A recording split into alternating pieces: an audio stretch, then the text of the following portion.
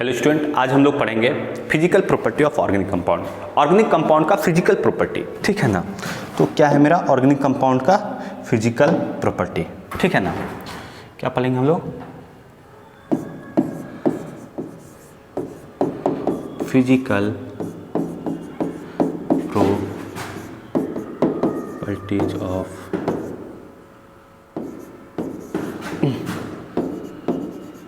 Organic compound. देखिए, physical property में सबसे पहला आता है मेरा पहला आता है मेरा boiling point.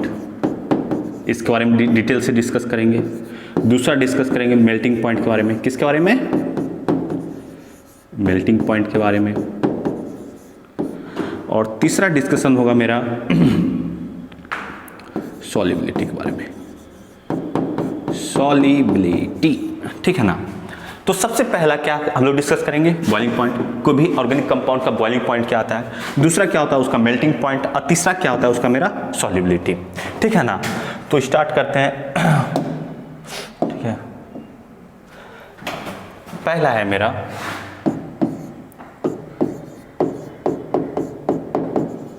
Boiling point. Boiling point होता पहले क्या है, सबसे देखिए। मान लीजिए किसी बीकर में, मेरे पास कोई भी इस तरह से बीकर है और उसके अंदर में क्या है मेरा कुछ भी कंपाउंड है, ऑर्गेनिक कंपाउंड। कौन सा कंपाउंड है? ओसी। ओसी मीन्स ऑर्गेनिक कंपाउंड।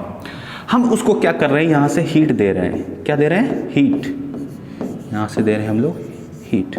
और हीट देने से क्या हो रहा है, ये वेपर बन रहा है, बनता ही है, आप लोग जानते ही हैं।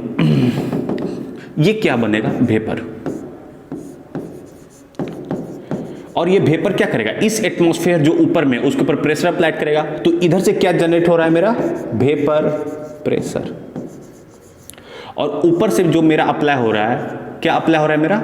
Atmosphere pressure. कौन सा अप्लाई हो रहा है मेरा? Atmospheric pressure. ओके, अब देखिए हीट मतलब क्या हो रहा है, यहां पे कुछ ना कुछ टेम्परेचर होगा। मतलब किस, हम उसको क्या कर रहे हैं, अप्लाई कर रहे हैं। जिस टेम्परेचर पे इसका वेपर प्रेशर ऊपर के एटमॉस्फेरिक प्रेशर के बराबर हो जाए, उसी टेम्परेचर को बोलते हैं हम उसका बॉइलिंग पॉइंट। क्या बोलते हैं हम उसका? Boiling point. देखिए, ठीक है। मतलब इसका अगर हम डिफिनेशन लिखना चाहें तो हम लोग क्या लिख सकते हैं? At which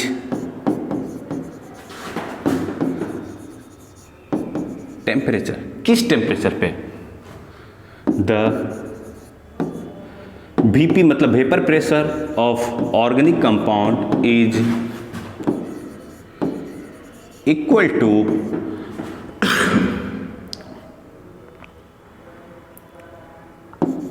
atmospheric pressure. This temperature is known as boiling point of this compound। बातें समझ में आ गई? मतलब किस टेम्परेचर पे यहां पे हम हीट दिए, इससे जो वेपर निकला वो ऊपर वाले एटमॉस्फेरिक प्रेशर के क्या हो गया मेरा? बराबर हो गया। उसी टेम्परेचर को हम उसका क्या बोलते हैं हम लोग? Boiling point. क्या बोलते हैं? Boiling point. अब इसको कौन कौन फैक्टर अफेक्ट करता है? क्या करता है? कौन कौन सा फैक्टर इसको अफेक्ट करता है? ठीक है। तो सबसे पहला इसमें फैक्टर है, या फिर इसको पहले लिख दीजिए, फैक्टर अफेक्टिंग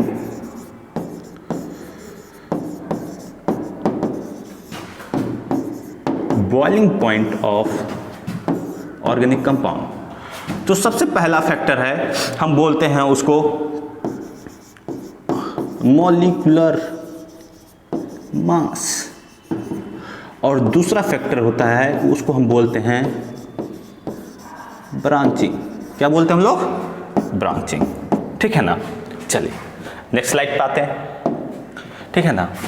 फिर उसके बाद है मतलब फैक्टर अफेक्टिंग में क्या था, पहला था मेरा मॉलिक्यूलर मास, क्या था मेरा मॉलिक्यूलर मास। जो बॉइलिंग पॉइंट है, boiling point is directly proportional to molecular mass. जिसका मॉलिक्यूलर मास ज्यादा होगा उसकी बॉइलिंग पॉइंट भी क्या होगी मेरी, ज्यादा होगी। जैसे हम दो कंपाउंड लेते हैं, क्या लेते हैं, दो कंपाउंड,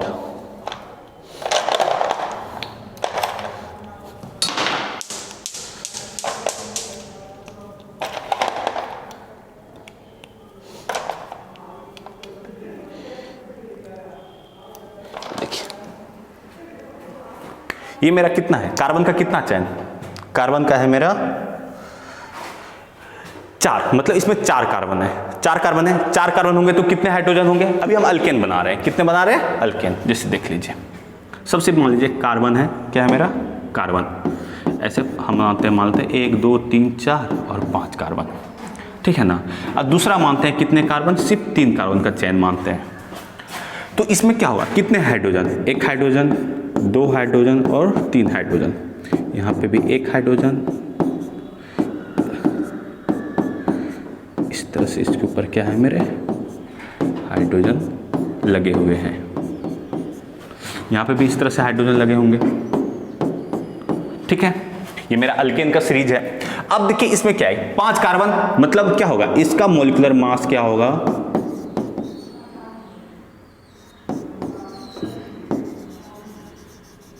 ज्यादा होगा इस कंपेयर टू इसका, इसका बहुत छोटा होगा, इसका ज्यादा होगा। मतलब क्या होगा, कहीं पे अगर मॉलिक्यूलर मास बढ़ेगा तो उसकी बॉइलिंग पॉइंट क्या हो जाएगी, बढ़ जाएगी। दूसरा फैक्टर था मेरा ब्रांचिंग, दूसरा क्या था मेरा ब्रांचिंग। ब्रांचिंग में क्या होता है, boiling point is inversely proportional to branching. मतलब ब्रांचिंग अगर बढ़ेगा तो बॉइलिंग पॉइंट क्या होगा मेरा, घटेगा। हम एक एग्जांपल देख लेते हैं, CH3 CH2 CH2 CH2 और CH3, और इसी को हम ब्रांच में लिख सकते हैं, CH3 CH3 CH3 और इधर फिर से CH3। देखिए यहाँ पे भी 5 कार्बन है, 1 2 3 4 5, नंबर ऑफ कार्बन यहाँ पे कितने हैं, number of carbon is equal to 5, और हाइड्रोजन कितने होंगे, number of hydrogen is equal to 5 है तो 12 होंगे, कितना होंगे 12। यहाँ पे भी देख लीजिए, यहाँ पे क्या है मेरा, नंबर ऑफ कार्बन क्या है मेरे 5 है, और number of hydrogen is equal to क्या है 12। अगर दोनों में 5 कार्बन और 12 हाइड्रोजन है, इसका मतलब क्या हो गया, दोनों का मॉलिक्यूलर मास सेम हो गया। अब तब इसमें कौन फैक्टर डिसाइड करेगा, तो इसमें ब्रांचिंग डिसाइड करेगा।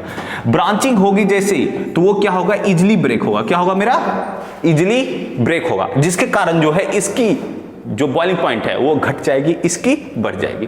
तो बॉइलिंग पॉइंट अगर 1 और 2 में किसकी ज्यादा होगी, तो 1 की ज्यादा होगी, किससे, 2 से। बातें समझ आएगी। तो बॉइलिंग पॉइंट मिलने कितने फैक्टर पे डिपेंड करता है, 2 फैक्टर, पहला मॉलिक्यूलर मास, दूसरा क्या है, ब्रांचिंग। हम आपको एक मॉडल से समझाते हैं।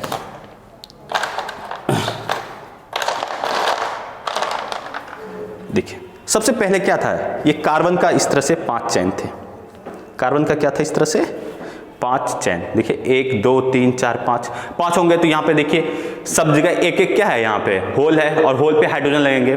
तो यहाँ पे कितने 5 कार्बन, और इसी कार्बन को हम क्या कर रहे हैं, एडजस्ट करके हम यहाँ पे ला दे रहे हैं। ये देखिए यहाँ पे हम लेते हैं, ये कंपाउंड बन गया ना, ये वाला कंपाउंड, ये देखिए टेट्राहाइड्रल शेप का। तो ये कंपाउंड बना, इसमें कितने कार्बन, 1 2 3 4 5 कार्बन, यहां भी 5 कार्बन, यहां भी। अब किसकी बॉइलिंग पॉइंट ज्यादा, तो ये वाला जो बॉन्ड है ये सब आसानी से टूट सकता है, लेकिन ये चेन वाला उतनी आसानी से ब्रेक नहीं हो सकता है, जिसके कारण उसको हीट करना हमको ज्यादा देर तक पड़ेगा, ज्यादा देर तक हीट करना पड़ेगा, मतलब टेम्परेचर ज्यादा लगेगा, और टेम्परेचर ज्यादा लगेगा तो उसकी बॉइलिंग पॉइंट ज्यादा हो जाएगी। किसका कंपेयर में, उसके कंपेयर में। तो बॉइलिंग पॉइंट किन किन फैक्टर पर डिपेंड हुई, 2 फैक्टर, याद क्या रखना है, सबसे पहला मॉलिक्यूलर मास और दूसरा क्या रखना है, बॉइलिंग पॉइंट। मॉलिक्यूलर मास ज्यादा तो बॉइलिंग पॉइंट ज्यादा, ब्रांचिंग ज्यादा तो बॉइलिंग पॉइंट कम, बस दो ही फैक्टर ध्यान रखना है।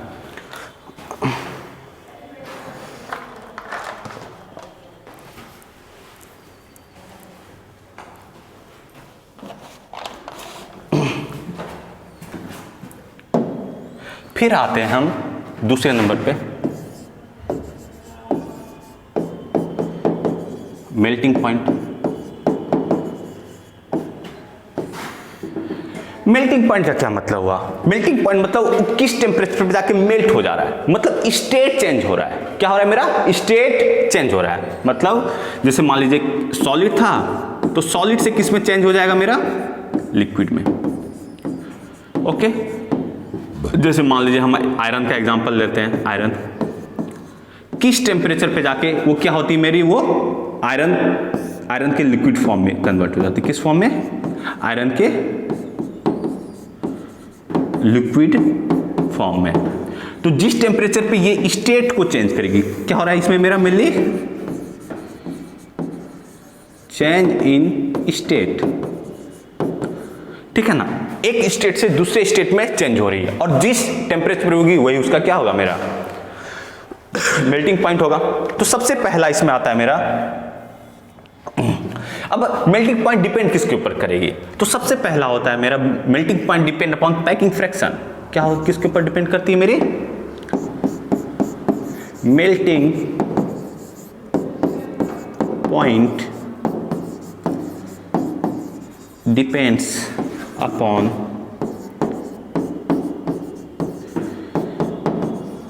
पैकिंग। जिसकी पैकिंग ज्यादा अच्छे से होगी उसको हमको ज्यादा देर तक हीट करना पड़ेगा, जिसकी पैकिंग कमजोर होगी उसको हमको क्या करना पड़ेगा, कम देर तक हीट करना पड़ेगा। तो अब जिसको ज्यादा देर तक हीट करना पड़ेगा ऑब्वियस है कि उसकी मेल्टिंग पॉइंट ज्यादा होगी। तो अब देखिए, ये आपको बस बातें ध्यान में रखनी है कि मेल्टिंग पॉइंट आखिर डिपेंड किसके ऊपर करता है। तो डिपेंड किसके ऊपर करता है, मेरा पैकिंग पे डिपेंड करता है। किसके ऊपर डिपेंड करता है, पैकिंग के ऊपर, ठीक है। अब देखिए, हम मानते हैं दो तरह का कंपाउंड, ऐसे कार्बन है, इधर कार्बन है, ठीक है। इधर मान लीजिए हम CH3 मानते हैं, इधर हम मानते हैं CH3, इधर मानते हैं हम हाइड्रोजन और इधर मानते हैं हाइड्रोजन। इसको डबल बॉन्ड कर लीजिए। यहाँ पे कार्बन है, डबल बॉन्ड कार्बन है, हम इधर मान लेते हैं CH3, इधर भी मान लेते हैं CH3, इधर मानते हैं हाइड्रोजन। एक यहाँ पे इसको कर दीजिएगा, यहाँ पे हाइड्रोजन कर दीजिए और यहाँ पे CH3 कर दीजिए। अब देखिए, इस वाले कंपाउंड को बोलते हैं सिस और इस वाले को कंपाउंड को बोलते हैं हम ट्रांस कंपाउंड। क्या बोलते हैं, ट्रांस। अब देखिए, सिस मतलब क्या हो रहा है, इस कार्बन का ये वाला हैवी ग्रुप है और इस कार्बन का ये वाला हैवी ग्रुप है। ये दोनों क्या है, मेरा हैवी ग्रुप। हैवी ग्रुप मतलब क्या हो रहा है, इसका मास ज्यादा है, इसका मास क्या है, ज्यादा है। और इस वाले में, इधर वाले में देखिए, ठीक है, इस कार्बन का ये वाला हैवी ग्रुप हो गया, ये क्या हो गया मेरा हैवी ग्रुप, और ये वाला इस कार्बन का ये वाला हैवी ग्रुप हो गया।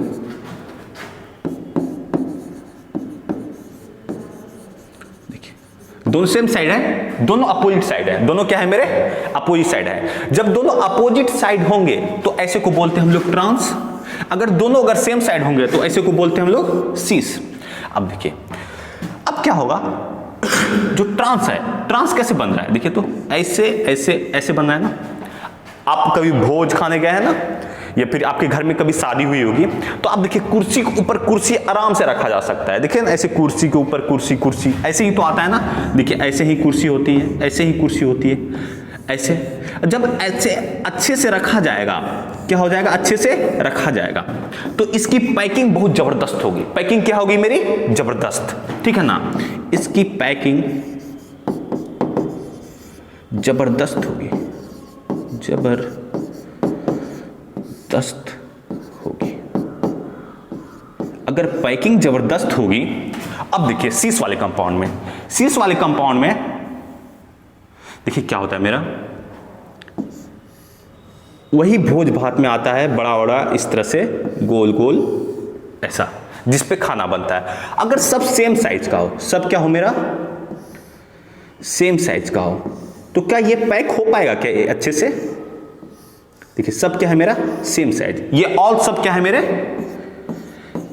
Same size. मतलब जो कढ़ाई आती है जिसके ऊपर हम लोग क्या बनाते हैं, सब्जी बनाते हैं या जो भी, अगर वो मेरी सेम साइज की होगी तो वो पैक हो पाएगी। इसके बीच में बहुत जगह खाली हो जाएगा, इसके बीच में भी बहुत जगह, इसके बीच में भी बहुत जगह, तो इसकी पैकिंग उतनी जबरदस्त नहीं हो पाएगी। मतलब क्या हो गया, जो शीश वाला जो कंपाउंड है ऐसे ऐसे और ऐसे, ये उतना अच्छा पैक नहीं होता है। इसकी पैकिंग नॉट गुड पैकिंग। अगर इसकी पैकिंग अच्छी नहीं होगी तो हम क्या बोले हैं कि जिसकी पैकिंग ज्यादा होगी उसको हीट करना ज्यादा देर तक पड़ेगा। अगर ज्यादा देर तक उसको हीट करना पड़ेगा तो उसका क्या हो रहा है, मेरा मेल्टिंग पॉइंट ज्यादा होगी। मेल्टिंग पॉइंट क्या होगी, ज्यादा होगी। आपको हम स्ट्रक्चर से दिखाते हैं, देखिए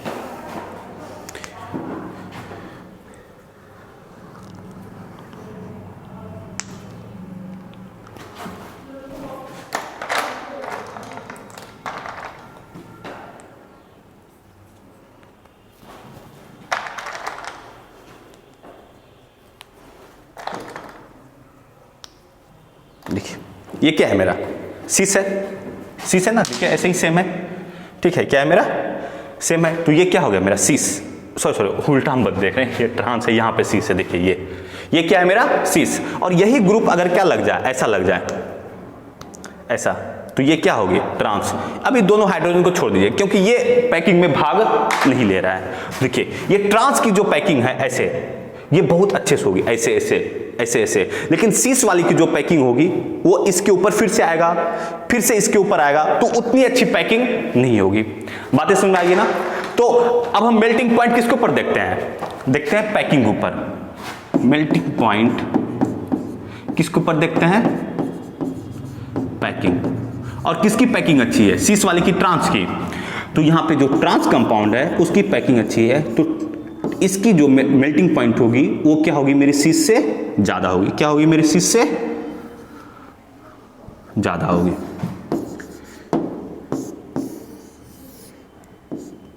मेल्टिंग पॉइंट, गॉट इट, समझ में आ गया ना। चलिए अब नेक्स्ट है सॉल्युबिलिटी। क्या है मेरा सॉल्युबिलिटी।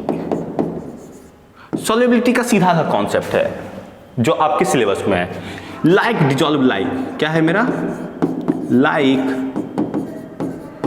Dissolve like. क्या करता है, लाइक डिजॉल्व लाइक, ठीक है ना। देखिए मतलब इसका मतलब क्या हो गया, पोलर कंपाउंड पोलर में डिजॉल्व होंगे, non polar compound non polar में। इसका मतलब क्या हो गया, polar compound dissolve in polar solvent. और दूसरा क्या होगा मेरा, non polar compound dissolve in non polar solvent. Like dissolve like का मतलब ये होता है कि पोलर किस में डिजॉल्व होगा, मेरा पोलर में। नॉन पोलर किस में डिजॉल्व होगा, मेरा नॉन पोलर में। देखें मतलब क्या हो रहा है कि पोलर मेरा पोलर में डिजॉल्व हो रहा है, ये मेरा पोलर है, और ये क्या है मेरा नॉन पोलर है। अब देखिए, अब पोलर और नॉन पोलर का एक्चुअल मतलब क्या होता है, ठीक है ना। पोलर और नॉन पोलर का एक्चुअल मतलब होता क्या है,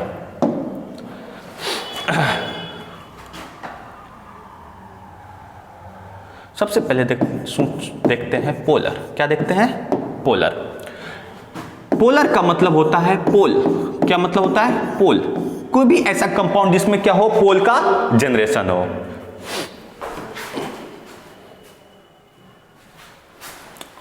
पोल का क्या हो, जनरेशन हो। देखिए जैसे इधर ऑक्सीजन है, इधर हाइड्रोजन है, इधर हाइड्रोजन है। ऑक्सीजन की जो इलेक्ट्रोनेगेटिविटी है वो हाइड्रोजन से ज़्यादा होती है। हाइड्रोजन से क्या होती है, ज़्यादा। इसकी इलेक्ट्रोनेगेटिविटी होती है कार्बन, नाइट्रोजन, ऑक्सीजन 3.5, ठीक है ना, इन पॉलिंग स्केल। जो हाइड्रोजन की इलेक्ट्रोनेगेटिविटी होती है वो 2.1 इन पॉलिंग स्केल। तो अब क्या होगा मेरा कि ये ऑक्सीजन क्या करेगा, इसके इलेक्ट्रॉन को अपनी तरफ खींचेगा, ये भी इसके इलेक्ट्रॉन को अपनी तरफ खींचेगा। जैसे इलेक्ट्रॉन को अपनी तरफ खींचेगा तो ऑक्सीजन और हाइड्रोजन इसके जो इलेक्ट्रॉन हैं, इसके जो इलेक्ट्रॉन्स हैं वो क्या हो गए, इस तरफ के तरफ ऐसे शिफ्ट हो गए, इस तरफ ऐसे शिफ्ट हो गए, और इसके भी इलेक्ट्रॉन इस तरफ क्या हो गए, शिफ्ट हो गए। इलेक्ट्रॉन शिफ्ट होगा तो इसके ऊपर डेल निगेटिव, इसके पास इलेक्ट्रॉन ज्यादा हो गया ना, और इसके पास इलेक्ट्रॉन कम हो गया, तो इसके ऊपर कैसा चार्ज, डेल पॉजिटिव। मतलब क्या हो रहा है, निगेटिव और पॉजिटिव दो पोल जनरेट हो रहे हैं ना। यहां पे क्या हो रहा है, जनरेशन ऑफ पोल। और जिसमें जनरेशन ऑफ पोल होगा वो कैसे कंपाउंड होंगे मेरे, पोलर कंपाउंड। कैसे होंगे मेरे, पोलर कंपाउंड। बातें समझ आ गई। इसका मतलब क्या हो गया, वाटर कैसा कंपाउंड है मेरा, पोलर है। अब क्या होगा, अब हमको देखना है क्या कि अब इसमें कौन डिजॉल्व होगा और कौन डिजॉल्व नहीं होगा। तो पोलर में हम क्या बोले थे कि पोलर में हमेशा पोलर कंपाउंड डिजॉल्व होते हैं और नॉन पोलर में हमेशा नॉन पोलर। अब देखिए, ठीक है ना, जैसे हम लेते हैं एक कंपाउंड ले लेते हैं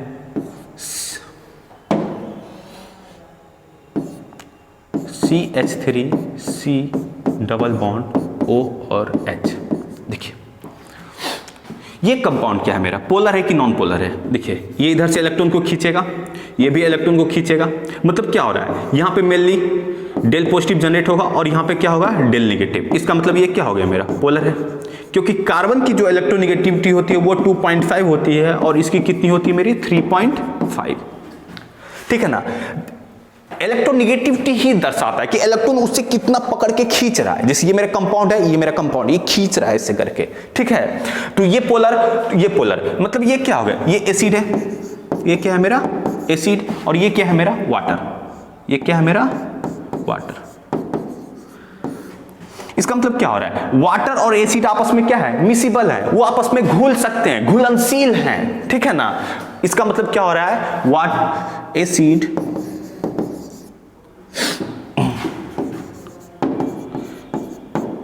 डिजॉल्व इन वाटर, ठीक है ना। अब देखिए, अब एक बात इसमें आता है कि पानी में एसिड मिला है कि एसिड में पानी मिला है, ठीक है ना। तो हमेशा याद रखना है कि पानी में एसिड को मिलाना है, ठीक है ना। अगर हम एसिड में पानी मिला देंगे, क्या एसिड में पानी मिला देंगे, वो रिएक्शन बहुत ज्यादा एक्सोथर्मिक हो जाता है, पूरा ब्लास्ट कर जाएगा वो बीकर, ठीक है ना। तो ये हमेशा ध्यान रखना है कि कैसे मिलाना है मैं हमको, पानी में एसिड मिलाना है। Okay, got it. कभी भी एसिड में पानी नहीं, पानी में एसिड, पहले पानी ले लेंगे उसके ऊपर एसिड डालेंगे। बातें समझिए। तो पोलर कंपाउंड का मतलब समझ में आ गया कि पोलर हमेशा किस में डिसॉल्व होगी, पोलर में। तो ऐसा जो भी कंपाउंड होगा तो उसको हम लोग यहां से कर सकते हैं, जैसे देख लीजिए। अब आते हैं नॉन पोलर। क्या आते हैं हम, नॉन पोलर। नॉन पोलर क्या है, जैसे आप बेंजीन बना लीजिए। क्या बना लीजिए, बेंजीन, ये हो गया। देखिए इसकी इलेक्ट्रोनेगेटिविटी भी 2.5, इसकी भी कितनी 2.5।